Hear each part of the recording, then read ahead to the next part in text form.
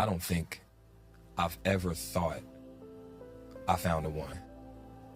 And I was just in a 7-year relationship. Now, 3 of those years we wasn't official. I want to clarify that because I didn't clarify that on one podcast. Yeah. So we were kind of just dating for about 3 years, non-exclusively.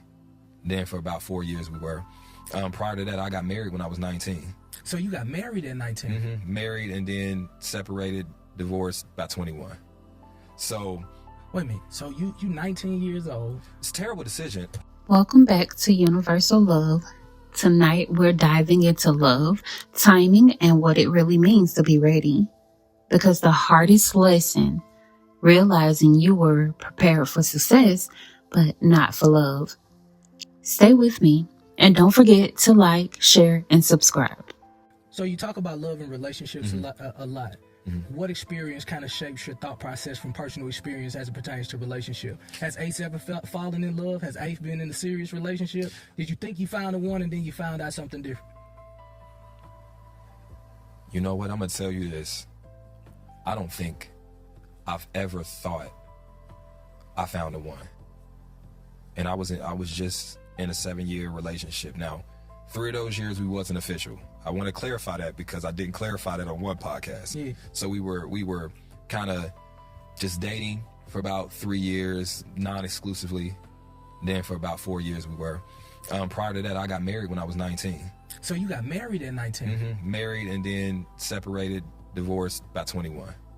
So wait a minute. So you 19 years old. It's a terrible decision. Listen, let me tell you this. It's a terrible decision. It was a terrible decision. It was terrible. Was it like a Jehovah's Witness, like want to get married so you can? Yes, okay. That thing. But it was a terrible decision. We lived together for about a year. Pretty much though, I don't feel like I've ever felt I had the one. I don't know if I just haven't felt it yet because I haven't met the right person, but I've been in situations where I'm content. This can work for me, and it does work for me. But I don't know if I've ever had that overwhelming feeling that this person is the one. And I think it relates to what we were talking about earlier, is I had to get to a spot where I'm ready to receive the one. And I think because, when I was 19, I was too young, too immature, didn't have no business being in a relationship. Then my last relationship, I'm building tonight's conversation. And then you have to make this choice. Do I show up fully 100% in this relationship? Or do I show up fully 100% in this business, this dream, that if it don't work out, who am I outside of it? I felt like my identity was defined more by this than her. So it's how can I choose? And so I wanted to make this relationship work, but I gave part-time effort, so it didn't. And so, yeah, could she have been the one? Probably. But was I in a space where I could genuinely take it to the next level because I had the mental availability to do that, and I wasn't. And so now what's crazy is, I didn't mention this in another podcast, and so I'm mentioning it now, is, I did propose to her. How you did propose? I wanted to marry her. But it was how can you say I want to marry her, but then you just because I feel like she was the one. So what I mean is, and this is what I meant, I'm not saying that she wasn't the one. I'm saying I wasn't ready to receive it. By the time I was ready to receive her, by the time I was ready to make a commitment to her, it was too late. So I never really got to experience loving her fully. And I don't think she ever got to experience loving me fully. I had gotten to a space where it's like being in the game, man. Man, as soon as I get my money tight, as soon as I get this last drop, we gonna do this thing. Exactly. And it became tour after tour after tour. Let me just get one more. Then we really good. And I'm thinking I had time because I had that trust there. I'm thinking you know what? Summer of 24, we up. And she was asking about it. And I'm I don't want to tip her off, man. So I'm giving little vague stuff it's soon. Yeah. And in my mind I had it. But then it goes back to what I was talking about. By the time I got ready, she was done. And that's something that I always try to warn men about. That's why it's I wish I had the discipline early to acknowledge my ambition and to respect it. And sometimes you got to say, this is not a journey I want to have another person on right now. It's not fair. And sometimes you got to look that person in the face and tell them, and I don't believe you. Like, this person can look in your face like, yo, I met you as Ace Metaphor. I know you do shows. I'm attracted to your ambition. I'ma always be there. But sometimes you got to be like, I know you think you're going to sign up for this, but this shit is crazy. It's different. It's different. And sometimes you got to have the discipline to say, it's not whether or not she or that person is willing to accept the halfness. It's do they deserve it? And I don't think she deserved the half part of me. Meaning she deserved the full part. And it's like salty for me, because I say this often. I said, and not that I'm saying this about her, because I don't want no other prospective woman thinking that. Understand. But I mean on the side of, it sucked because getting to the part of my life where I was actually ready to have children and actually ready to settle down, now I feel like I'm starting over. Like, I'm actually in a position where I can pick my schedule. I'm actually in a position where, I got passive income, and actually in a position where, I can travel if I want to, and I got babysitter money, because I know people be acting funny about that. Yeah. Like, I'm actually in a position to really, and then it's like, damn, all of what I was working to get, the working, I think, contributed to me losing it. Yeah. And that's something that's, that it stings a little bit. It stings. So she's not available anymore. Well, a lot has transpired. Since her, it's been a lot of stuff. No, it's not even just that. It's a lot has transpired since. I'm telling you how I felt then. Okay, yeah. I'm not telling you how I feel now. No, I get it. Then I was ready. Emotion, and they'd be like, "Oh, you feel that way." And I would tell you, won't nothing teach you about a person. And I'm not saying this defines their wholeness, but won't nothing teach you like about a person, like when you breaking up with them. Like, it's like you can think you have a whole idea of who a person is, but that breakup, it'll show you different sides. And I'm not saying that defines or overshadows the good times. Yeah, no. But when you go through that, you start to see different things. You start to hear different things. Yeah. Now, the people that was loyal to y'all relationship because y'all was in it, now they start telling you, nah, they was talking shit about you while y'all was together. You're like, what? You start finding out different things. You're like, so the whole time this was happening? So, long story short, I would have, and so when people ask me now, am I looking to be married? Absolutely. Mm-hmm. Am I looking to have children? Absolutely. And for the first time in my life, I actually feel ready. And I think this is the first time where it's like, okay, I felt ready then. That's why I was trying to do it. Mm-hmm. But now I'm convinced that I'm actually ready, because I put the work in my life before. Yeah. You know what I'm saying? Before instead of during. So what does the work look like outside of being an amazing provider? Is there therapy? Is there counseling? Is there accountability partners? What does that look like to make sure you have the wisdom outside of? I'm gonna speak to that. Yeah, because once I get my paper right, then I'm gonna do my thing. I'll be honest, I didn't wait till I got paper right and all of that. I'm like, we're gonna build together. Mm-hmm. And as you talk, I realized that was kind of half of me, because I'm ambitious. I love building stuff. Mm-hmm. Let's see what it can do. And sometimes a woman sit on the sideline like, nah, I just want you. And it's just like, well, this is also me. It depends what type of woman you want. Yeah. And vice versa for women. Mm-hmm. Depends what type of man you want. For the type of woman I want to attract, finances is important, but it's about effective leadership that can come through, be shown because experience has happened. Mm-hmm. You know what I'm saying? Wisdom has been gained. And those are some things sometimes life can only teach you, right? Mm-hmm. Then you have patience and understanding, and then the ability to actually think outside of yourself in a relationship. It's not all about me. Hey, I don't need to get in a relationship until I'm ready to serve, until I'm ready to actually put the work in. It's being realistic about relationships too, being realistic about your standards.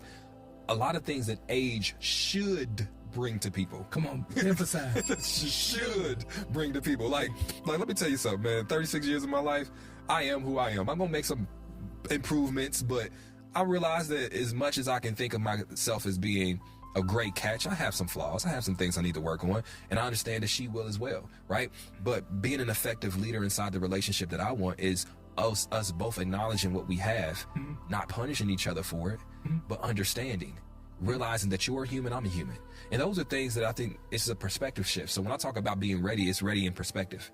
Ready to understand that it's not always sunshine and rainbows. ready to understand that avoiding a problem doesn't mean it doesn't exist. You know how many times I told people me and my ex had a phenomenal relationship simply because we didn't have arguments? No, sometimes you got to have them arguments. Yes, but we never really had problems. I would say we don't got problems. No, we don't acknowledge problems.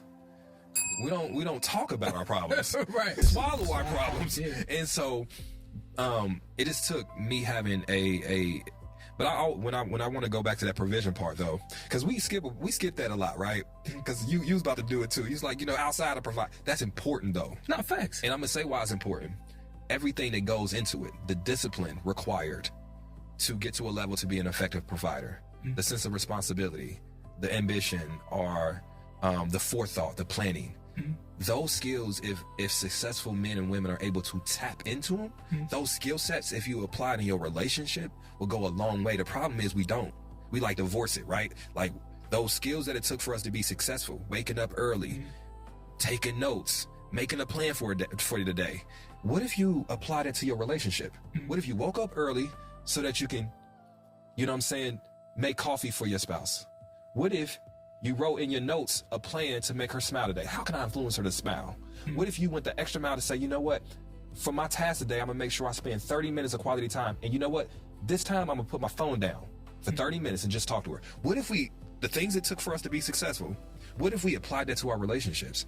And so that's why I think when we talk about provision, it's important for especially the type of man I want to be in a relationship to have that. But it's also important because those skill sets, if I'm able to transfer it to our relationship, will go a long way. No, I love it. I love the concept of it. But what I've seen, however, but I don't want to negate anything. However, I do believe that when you get that skill set and it's mastered, I think my biggest problem, and I put it in my lap, that when those systems work in one area, so whether it's radio, television, or can it work in podcasting, or can it work in real estate? Yeah. And then I start seeing, and so I've kind of fallen in love with the opportunity to create a system. So my dad's an ex-sharecropper. He's an ex-army man. I had to wake up early. He worked 2 jobs, 16 hours. They look at me like, so after I leave here, I'm gonna go stand on stage. We gonna come back here and I'm gonna start editing. It's time to go. So I'm gonna rev up. And then for me, I never seen my father do the same thing for home. So a lot of men are standing on the principle of I'm the greatest provider, and they don't take that system and put it in there, just number one, because it hasn't been seen, and number one, it hasn't been verbalized the way you just did it, which was profound. I just learned some. I was like, okay then. But can those two work simultaneously together? Because sometimes it's only 24 hours in a day. Or do you wait till you build and then go find the woman of your dreams? So that's what I was about to say. That is it's only 24 hours in a day. Yeah. So you have to be realistic. You know how many women come to the stage talking about, I'm in the midst of getting my master's. I work 50 hours a week. I take care of my kids. I'm the praise worship person at church, and I'm this, not that. Why can't I find no man? You ain't got time right now. You just don't. And it's about accepting when it may not be your season. Now, I'm not saying that God don't got different plans. I'm just saying until you get the confirmation from him, maybe just this not your season to be active. Because sometimes our results with dating is based off the lack of effort we're actually putting into it. Like, think about it. You go, to your point, you're so busy building your own dream that you maybe got an extra hour to devote to dating a week. What you think you're going to be able to find in an hour a week? Yeah. And then you're going to like somebody that wasn't high quality because you actively wasn't searching. It wasn't enough time. And what I say is like relationships, if you look at it like a test, right? I believe most proficient people can pass regular tests if they have enough time to study, period. Right?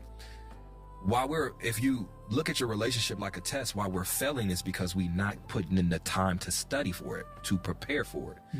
And so if you are saying to yourself, I'm all these different things, but I'm trying to look for a relationship, that's just like being all these different things and then saying, you know what, I'm gonna go to school. How can you if you don't have time to study? Do you think you're gonna be able to pass that class you're gonna take if you only got 30 minutes a week in order to devote to it? And so I would just encourage people to be realistic about your schedule. And it's okay right now to say relationship right now isn't for me. And let me tell you why. Because if you think that that decision is going to make it to where like push you further away from your Mr. Right or your Mrs. Right, cool. But imagine how much further you're going to be pushed out from those people if you rush and make the wrong selection? How many people are losing 5, 10, 15 years away from their true Mr. Right or Mrs. Right because they're rushing into wrong relationships? So my thing is, if you got to sit back for a season, sit back for a season. If you got to sit back for a year, sit back for a year, yo. Because what's the worst that's going to happen? Yeah, you're going to be lonely. Yeah, it's going to be some nights, your phone dry. But you're going to have that degree.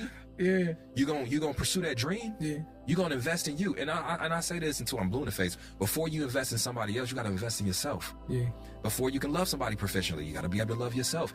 And we are skipping that process because we think it's like a sprint to love, and it's a marathon. This thing's going to take a while. So just chill. And I wish I would have done it. That's why I talked, and that's like, my bad. I get talking if you done got me going. No, you good. We won. But like, if I could go back and speak to myself, that's what it would have been. Like, I don't have many like things that I would go back and redo because I'm proud of who I am now. And sometimes you got to go through something to go through something. But that's one of the things I would have done is said, you know what? Chill on relationship right now. Yeah. Chill until you're ready. So during that season, you together with this woman 7 years, 3 years on top 4, and then you guys break it off. Yeah. How does Ace navigate through that season of? Because I'm sure you got a system. When you get off, you probably call her. Just got off stage, sure, you ambitious. Give her a little bite, then you got to rest, get ready. But you're used to those moments and those gaps that you share. Does Ace just jump into, well, now I'm just going to work, and I feel it? Like, how do you feel it so you can heal it to become a person that says, now I'm ready?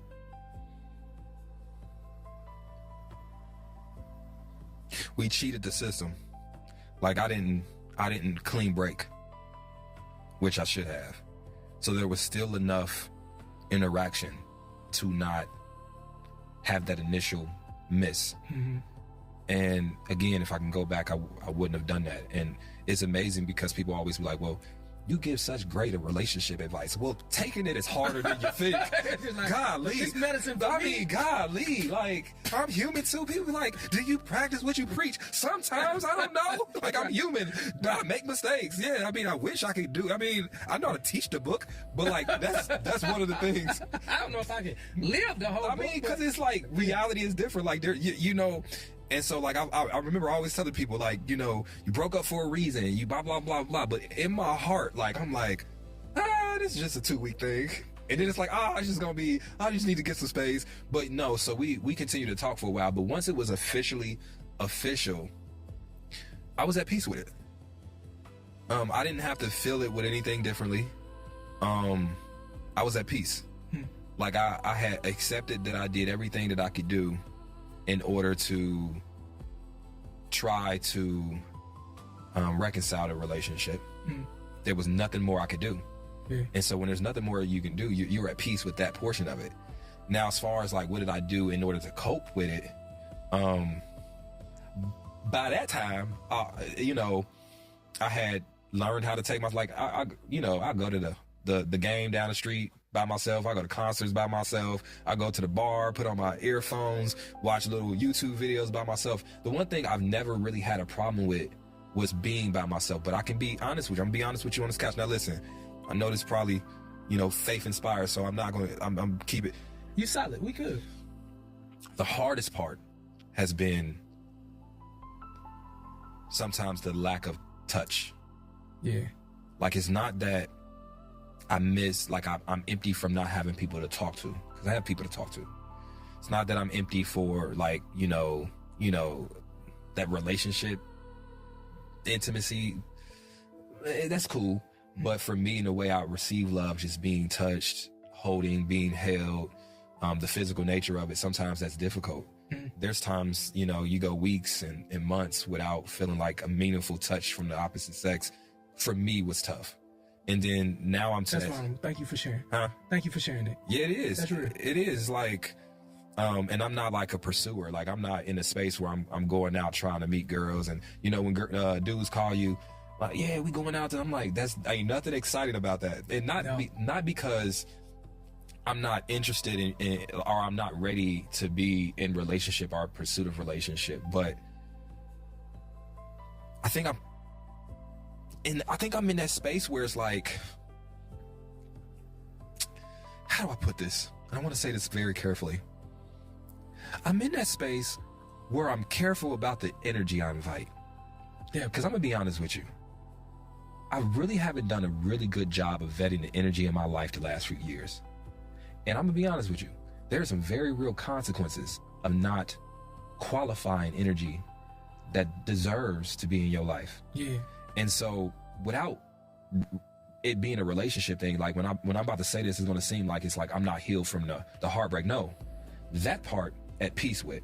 But there is just so many other things that has transpired in my life over the last year that make me say I'd rather miss a little bit of touch than to invite unwanted energy. And here's the thing.